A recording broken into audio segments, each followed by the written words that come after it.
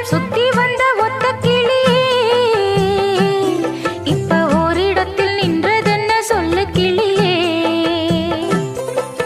சொந்த பந்தம் யாருமின்றி வந்த கிளியே ஒரு சொந்தம் இப்போ வந்ததென்ன வாசல் வழியே.